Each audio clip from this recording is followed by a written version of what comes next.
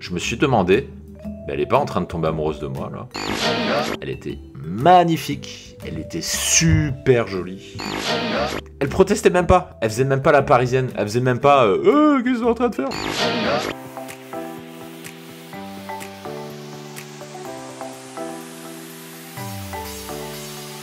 Bonjour à tous, je m'appelle Mike et je vous souhaite la bienvenue sur le podcast Le Dragueur de Paris. L'émission du Dragueur de Paris vous expose des récits de drague personnels et des confessions intimes d'un ancien timide devenu séducteur pour vous permettre de profiter à fond de votre célibat. Le podcast est bien entendu disponible sur toutes les plateformes. Pensez à vous abonner pour ne pas rater la publication de chaque nouvel épisode.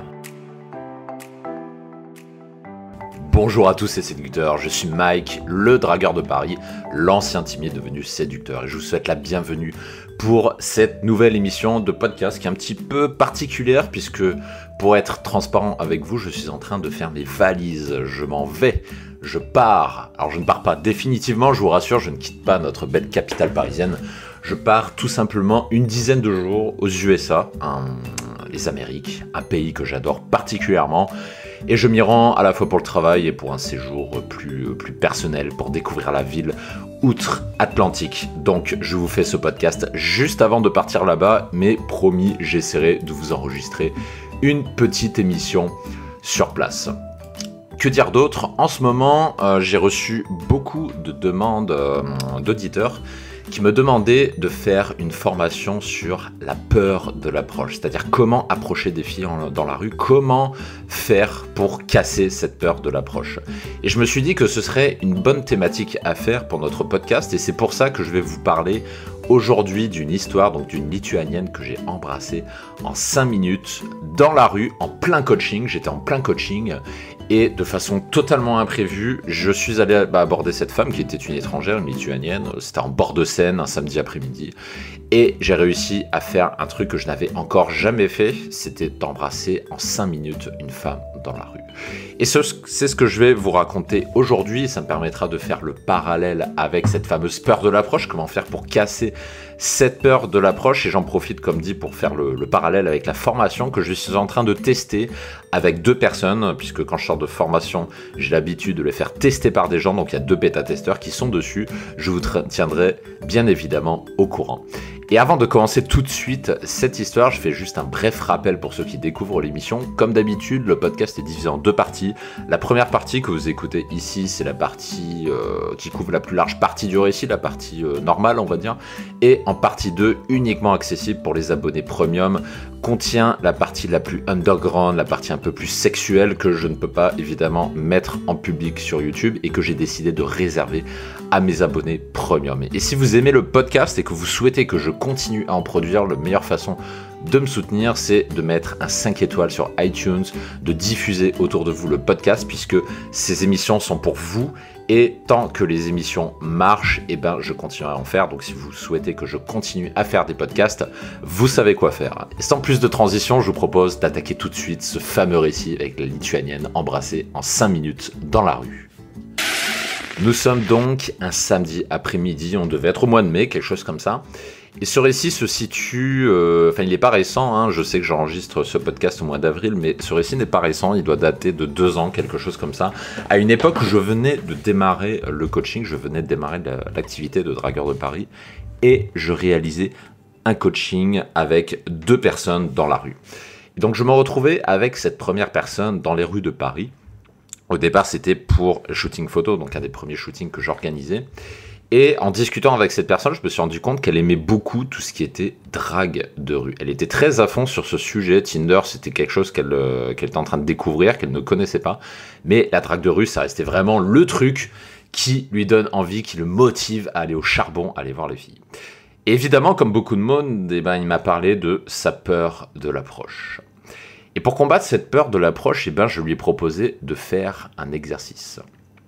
Je lui ai dit, alors au début c'est un peu lui qui m'a chauffé, hein, c'est pas moi qui lui ai dit vas-y on fait ça. Au début c'est un peu lui qui m'a chauffé, puisque j'étais pas forcément très chaud pour faire des open dans la rue. Il a commencé à me chauffer, et là je lui ai dit, écoute, voilà ce qu'on va faire. Tu vas me montrer une fille que tu veux, complètement au hasard la fille que tu veux, n'importe laquelle, juste s'il te plaît, pas un boudin, pas un ton, pas un truc hardcore quand même, faut pas déconner non plus. Me désigne pas un boudin, mais tu me désignes la fille que tu veux, et j'y vais. Sans discussion. Tu m'en désignes une dans les 3 secondes, j'y vais. Et après, je lui dis, et après, c'est à toi de le faire. Il me dit ok. Et du coup, on part sur ce défi. Donc, il jette rapidement un tour autour de lui, un coup d'œil. Et là, qu'est-ce qu'il voit? Il voit une fille qui est tournée de dos, qui est assise en bord de Seine avec un bouquin. Et il m'a dit, bah voilà, va la voir. Va la draguer. Charge. Voilà ce qu'il m'a dit. Et je ne savais même pas si elle était jolie ou pas, parce que je la voyais de dos. Je la voyais de dos, donc je ne savais pas trop à quoi m'attendre. On ne voyait pas son visage, on voyait juste qu'elle avait l'air assez grande, qu'elle était svelte, elle était relativement fine, elle avait les cheveux longs, elle avait une robe blanche, je crois, quelque chose comme ça, parce qu'il faisait assez chaud, il faisait quand même plus de 20 degrés, donc c'était quand même ambiance estivale. Et du coup, je me suis approché, j'y suis allé, règle des 3 secondes. Si vous ne connaissez pas, la règle des 3 secondes, ça c'est un outil qui fonctionne très bien. Entre le moment où vous voyez une fille et que vous décidez d'aller la draguer, vous avez 3 secondes pour agir. Alors je fais une petite pause, je bois mon café. Ah, voilà. Donc la règle des 3 secondes, c'est vous avez 3 secondes pour y aller. Et cette règle est extrêmement utile parce que ça permet d'aborder une fille sans se poser la moindre question. C'est-à-dire juste, on vous pointe une fille, vous demandez à un pote par exemple, que, comme je l'ai fait avec mon client, le client m'a dit, écoute, va lui parler elle. Et là, dans les 3 secondes, vous y allez. Sans vous poser une question. Vous commencez pas par vous freiner et vous dire, ouais, mais quelle phrase d'accroche je vais dire? Et puis si elle me dit ça, qu'est-ce que je vais dire? Et puis si elle me rejette, comment je réagis? Ah, et si elle sourit pas, je fais quoi? Ah, et si elle est anglais, qu'est-ce que je peux dire comme phrase en anglais? Commencez pas à rentrer dans ce genre d'introspection parce que sinon, vous n'allez rien faire. Je pense que vous l'avez tous déjà vécu. Vous voyez une belle fille, vous avez envie d'y aller. Et puis là, vous commencez à cogiter. Et vous n'y allez pas. Soit la fille était assise et vous n'y allez pas, soit elle était en train de marcher, au bout de 30 secondes, et elle est partie. Donc règle des 3 secondes pour approcher une femme et ne jamais se poser de questions. Et du coup, j'y vais, tranquille et tout. Et elle était assise, j'arrive, et au début, je ne m'assois pas. Parce que quand je fais des approches en street comme ça, j'aime pas être trop intrusif dès le départ, parce que vous me connaissez peut-être pas, mais j'ai un gabarit assez volumineux, c'est-à-dire que je mesure 1m98 et je pèse 105 kg. Donc je peux vous dire que quand vous avez une gentille fille svelte assise sur un banc, et que j'arrive et que je m'assois à côté comme un gros bourrin, je peux vous dire que la fille, elle a peur. Et ça m'est arrivé plein de fois. Ça m'est arrivé plein de fois de faire peur à des filles comme ça. Donc si, comme moi, vous avez un grand gabarit, ne bourrinez pas, allez-y mollo. Donc du coup, j'arrive et je reste debout. Et je vais la voir, et voici ce qu'a été ma phrase d'accroche. Donc je lui ai dit, écoute, d'abord je lui demande si elle parle français. Ça, c'est toujours la première phrase que je dis. Surtout à Paris où il y a beaucoup d'étrangères, à chaque fois que je vais voir une fille, je lui demande si elle parle français. Pour une raison évidente, puisque si elle parle anglais, je parle anglais après. C'est tout simplement pour ça. Et donc, je lui demande si elle parle français, elle me dit oui. Et là, je lui dis, écoute, voilà, j'étais occupé avec mon pote, on prenait des photos, et j'ai pas trop le temps de rester, mais je voulais juste te dire que tu vas l'air plutôt cool. Et du coup, je me suis dit que j'allais te proposer d'aller boire un de ces 4, un café, quand on aura davantage de temps. Et donc l'approche directe par excellence. Ce que je me suis dit, c'est je vais lui parler et je prends son numéro et je m'en vais. Voilà ce que je me suis dit. Quand je fais du street, j'aime pas rester une demi-heure, 1 heure, 2 heures avec une nana, parce que j'ai toujours l'impression de perdre mon temps en faisant ça. Je préfère prendre le numéro en express et la revoir plus tard. Parce qu'en plus, là, c'est samedi, donc ça veut dire c'est aussi l'occasion d'aborder d'autres femmes, donc à moins que ce soit vraiment la fille la plus open du monde, je recommande toujours de prendre le numéro assez rapidement pour aller draguer d'autres nanas. Donc, certains pourront dire que c'est une logique productiviste, que ça se fait pas, que la drague c'est pas du chiffre, que la drague c'est de la qualité, qu'il faut passer 3 heures avec chaque nana, machin. Ok, pas de problème. Il y a des gens qui pensent comme ça, j'ai pas de problème avec ça, mais moi je ne raisonne pas comme ça. J'estime que quand vous savez que la fille répond conforme, et vous prenez le numéro, vous barrez et vous la datez 2 jours après. Et dans le lot, il y en a qui diront oui, il y en a qui diront non, vous faites le tri et vous vous concentrez sur celle que vous revoyez. Donc je partais pour faire ça et me barrer dans les 30 secondes, sauf que Déjà, quand je suis allé la voir, franchement, elle était magnifique. Elle était super jolie. Un très beau visage de femme de l'Est, très très joli. Et elle m'a fait un sourire, mais un sourire à tomber par terre. Je vous jure, vous allez aborder une fille comme ça, vous déroulez votre opener, et quand la fille, elle vous regarde avec un sourire comme ça, là, j'avoue, vous vous dites, je peux pas partir comme ça. On peut pas partir tout de suite. c'est trop beau, là. Et donc, voilà, magnifique sourire. Donc, je prends son numéro. Mais qu'est-ce qu'on fait? Eh ben, on continue de parler. Alors, me demandez pas de quoi on parlait. Je sais plus du tout de ce dont on a parlé ensuite. On a juste continué la conversation. Je crois que j'ai dû lui dire un truc du genre qu'elle avait pas l'air française et je lui ai demandé d'où elle venait. Et puis là, c'est là qu'elle m'a dit qu'elle était lituanienne. Et puis moi, j'ai dit ah ouais, tu parles bien français. T'as appris la langue où? Qu'est-ce que tu penses des garçons parisiens, etc. J'ai commencé à embrayer là-dessus. Très très vite à embrayer sur des contextes de drague. Là pareil, c'est un truc que je vous recommande de faire en street, en drague de rue. Ne restez pas dans les banalités. Les banalités du type « Alors tu viens d'où? Tu habites où? Quel âge as-tu? Tu viens souvent ici ?» Ça c'est la pire, hein. Ne dites jamais ça. « Tu viens souvent ici ?»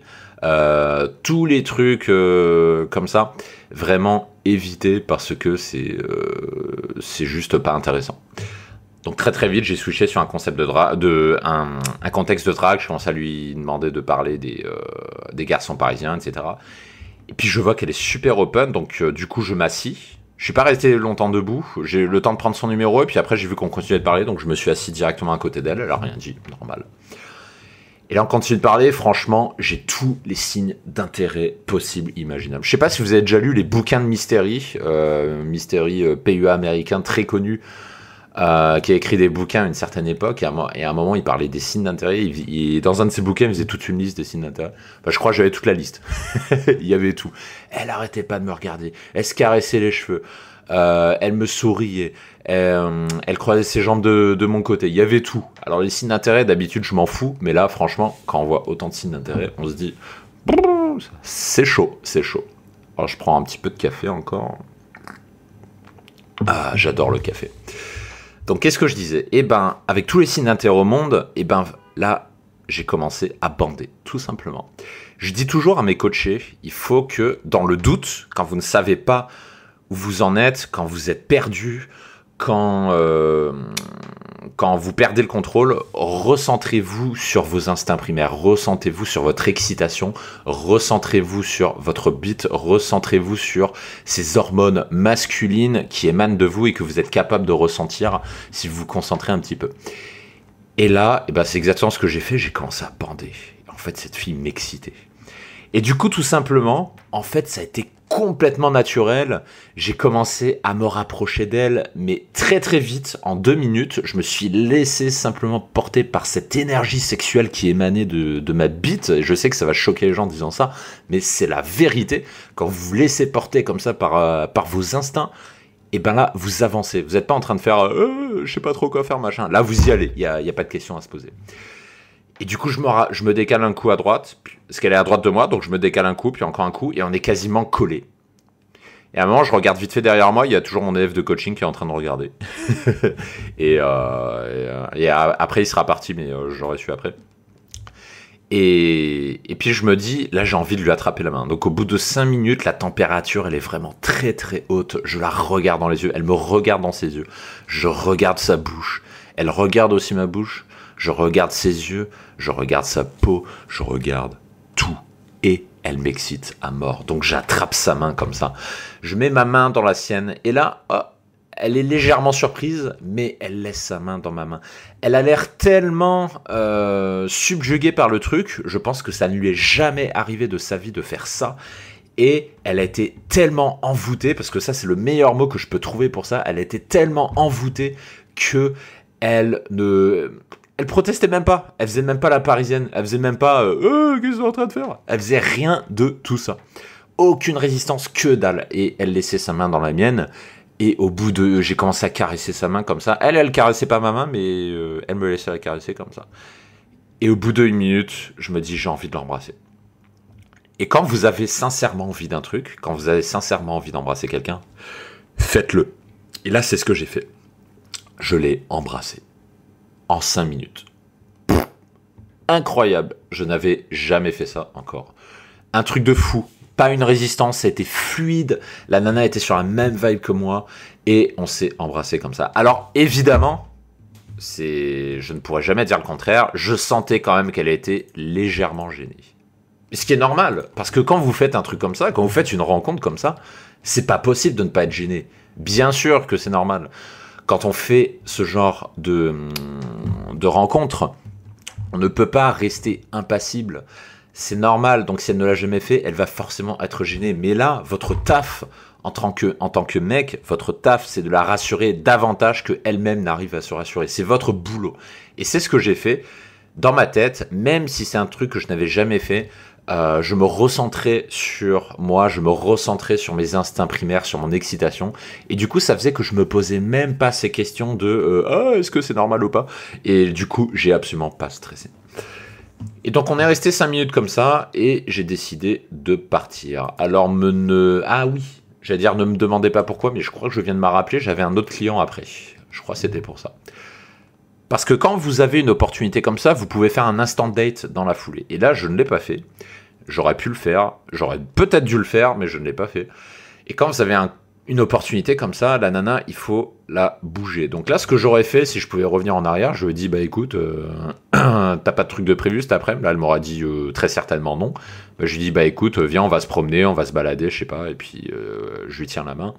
Et comme le lieu de la rencontre, c'était à 1/4 d'heure à pied de chez moi, je pense que je me serais débrouillé pour essayer de la ramener chez moi. Voilà, ça c'est ce que j'aurais fait si je pouvais revenir dans le passé. Mais comme je ne peux pas, et ben, ce qui s'est passé, c'est que j'ai décidé de partir. J'ai rejoint mon client et ensuite j'ai enchaîné sur un deuxième client puisque j'avais 2 clients ce jour-là. Donc voilà comment j'ai fait cette rencontre. Et bien sûr, vous êtes impatient de savoir qu'est-ce qui s'est passé après. Eh ben, ne trépignez pas d'impatience, je vais vous raconter tout ça. Pour la suite, donc j'ai pris son numéro et je lui ai envoyé un texto peut-être 1 ou 2 jours après, un truc comme ça. Et je lui ai proposé directement un date. Aucune formalité. Je dis toujours aux gens de faire le plus simple. Faites le plus simple. Envoyez pas un texto pour dire salut Carolina, tu vas bien alors, comment était ton week-end? Ça, on s'en fout. Ou alors, vous lui dites juste petite formule de politesse, c'est-à-dire vous faites un texto, hello Carolina, alors j'espère que tu as pas trop bu ce samedi, ou j'espère que ton week-end ça s'est bien passé. Et là derrière, tout de suite, vous dites es-tu dispo, je sais pas, mardi soir à 20h. Et donc c'est ce que je lui ai proposé. Donc je l'ai relancé comme ça. Et pour tout vous dire, je me demandais même si elle allait répondre. Pourquoi je me demandais ça? Parce que quand vous faites un truc comme ça aussi rapidement, quand vous embrassez en 5 minutes une nana, ce que je crains toujours, c'est que après coup, quand la nana rentre chez elle, qu'elle est seule chez elle et qu'elle commence à réfléchir, et ben qu'elle se dise ah mais j'aurais pas dû. Ah mais je me suis laissé approcher trop facilement. Ah ça me ressemble pas. Ah c'est pas mes valeurs. Ce que vous voulez, toutes sortes d'excuses, et du coup je m'attendais à ce qu'elle ne réponde pas, parce que je me suis dit qu'elle va penser que si je la relançais, qu'elle allait se dire que j'allais vouloir la baiser très vite, ce qui est vrai, hein, bien sûr, mais qu'en fait elle allait paniquer à cause de ça. Et c'est le contraire qui s'est passé, elle m'a répondu et elle acceptait directement ma proposition. Et c'était, je dis mardi soir, mais je crois que c'était un dimanche soir qu'on avait dit qu'on se verrait. Et c'est comme ça que ça s'est passé. Donc, en un texto, j'ai convenu le date. Proposition dans mon premier texto. Elle me répond après, elle me dit OK. Tout simplement. Donc, comment j'ai fait le date? 20 le dimanche soir. Je la retrouve en bas de chez moi et je me suis dit, je vais la faire venir en bas de chez moi.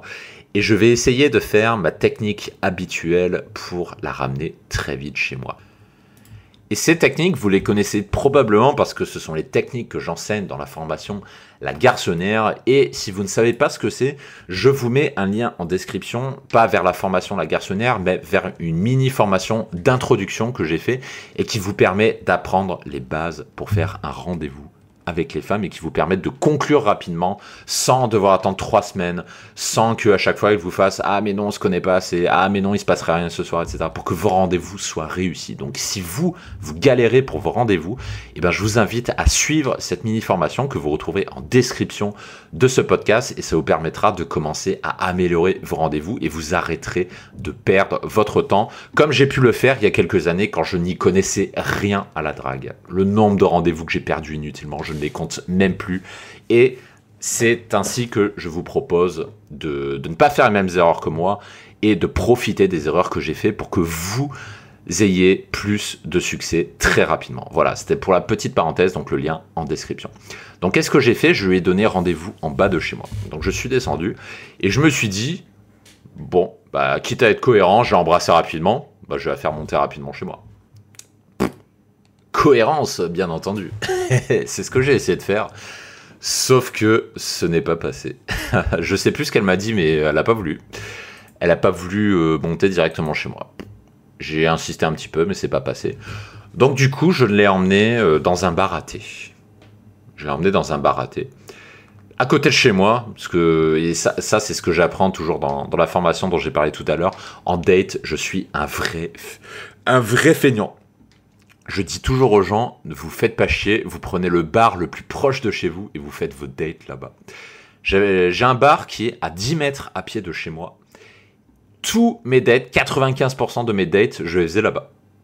Parce que c'était ça le plan. Je les emmenais dans le bar et ensuite j'ai ramené chez moi. Voilà le plan. Après, quand je me sentais un petit peu chaud patate, avant d'aller au bar, bah, j'ai essayé de la ramener directement chez moi. Manque de peau, c'est pas passé avec elle, c'est pas grave. On passe donc pas à casse-bar. Et donc on se boit un thé, voilà, rien de bien particulier à signaler. Le seul truc assez curieux, c'est qu'on est au bar et elle me donne la main. On se donne la main comme un couple. Un truc de fou, mais vraiment. On se donne la main comme un couple et elle me regarde. Elle avait des yeux bleus. Elle ne me lâchait pas du regard. Elle me regardait tout le temps. Incroyable, un truc incroyable. Jamais elle ne lâchait ses yeux de moi. J'avais presque l'impression, mais franchement, là on est entre nous, c'est pas pour me la péter ou quoi, mais tout de suite, je me suis demandé, elle est pas en train de tomber amoureuse de moi là. Mais vraiment, hein, je suis sur le coup, je me suis dit, mais j'ai l'impression qu'elle est en train de tomber amoureuse de moi. Mais vraiment, j'ai eu cette impression-là, très très fort. Et donc on a fait le date, on se donnait la main, je sais plus du tout de quoi on a parlé, donc me demandez pas les sujets de conversation. On a fait le rencard, et vous me connaissez évidemment, qu'est-ce que j'ai voulu faire? Et ben je me suis dit, bon c'est bon, maintenant on a bu au bar, alors on va aller chez moi, bordel de merde. Je me suis dit, c'est bon, on va aller chez moi maintenant, hein. On a assez bavardé comme ça. Et donc, on sort du bar, et puis on va direction chez moi. Et c'est à ce moment-là que se termine la première partie, donc la scène, c'est la suivante. On sort du bar et on arrive au palier de chez moi. Et qu'est-ce qui va se passer à ce moment-là? Eh ben, vous pensez peut-être qu'il va se passer une certaine chose, eh ben, détrompez-vous, ça va être plus compliqué que ça. Et pour connaître la suite et la fin de cette histoire avec la Lituanienne, pour savoir comment s'est terminée cette histoire totalement imprévue et totalement loufoque, je vous donne rendez-vous dans la partie 2 du podcast. Si vous êtes déjà abonné au podcast, si vous êtes un abonné premium, et ben vous la retrouverez tout de suite dans votre espace premium, donc dans votre espace podcast. Vous pouvez l'écouter maintenant, l'épisode est déjà disponible.